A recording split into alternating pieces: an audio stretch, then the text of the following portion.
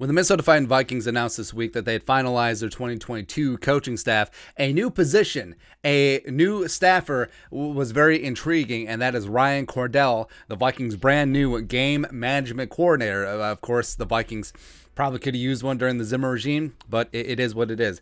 And it's been a bit of a mystery, but teams around the league have employed either a game management expert or a coordinator or just someone who is an advisor to the head coach on game day. Hey, this is what the math says. This is the probabilities, X, Y, Z. The Eagles famously had one with Doug Peterson in 2017. The Panthers, Jets, Bills, the Patriots have had one in previous years. Ernie Adams was basically this gig with the Patriots and Bill Belichick for many years. So it's important to have.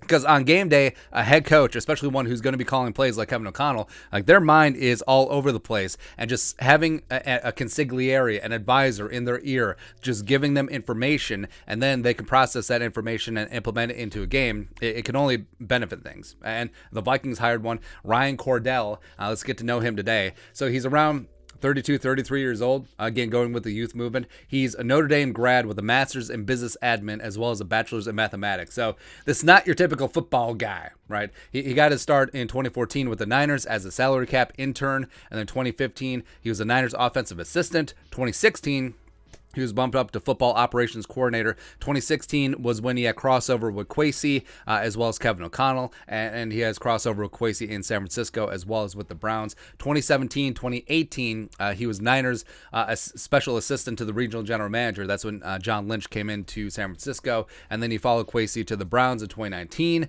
where he was football research analyst as well as a coaching assistant in 2020. So he doesn't come from a traditional coaching background. He's much more front office, and that is interesting. Plus, his math background, his business admin background is very intriguing as well. So what is his role exactly going to be?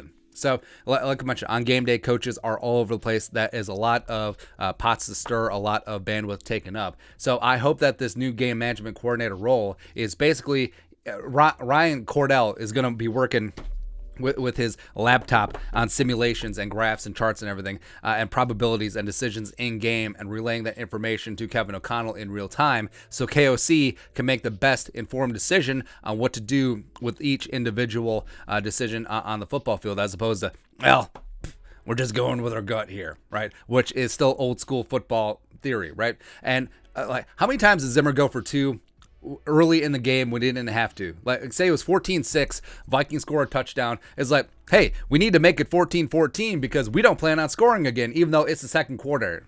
It's chasing points before you have to keeps you chasing points. That's what's super frustrating. Again, don't go for two before you have to, right? And like getting into like super creative analytical stuff like, hey, say you're up by 1 point, you score a touchdown, you should go for two because you're up 7. And if you get 2, you're going to be up 9. So it's a 2-possession game, effectively ends the game. It's just super interesting scenarios like that. And just running through various game spots, like do you squib or do you kick it free here? Like what do you do if you have to burn timeout? How will that affect the rest of the half?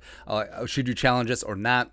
Most teams already have someone who is in that role, but just expand on that. Breaking down punting decisions on 4th down. Hey, what does this do to our win probability if we punt here versus if we go for it and don't get it, or if we do get it, etc., or field goal or going for the first down or touchdown when you're down in the red area, or hey, choosing the win when you're outdoors. And also, what is the percentage from this down and distance on 3rd and long? Should we just surrender, draw, and then punt, or should we throw it twice and try to pick up the sticks? Like which of these decisions impact our win probability more? And the Vikings are modernizing. I like to see that they're doing this. And Kevin O'Connell, it does seem like a forward thinker as well as an innovator, and Cordell in this new role, I think, can only help things. So again, super intriguing. All the changes that are going on with the Vikings this offseason.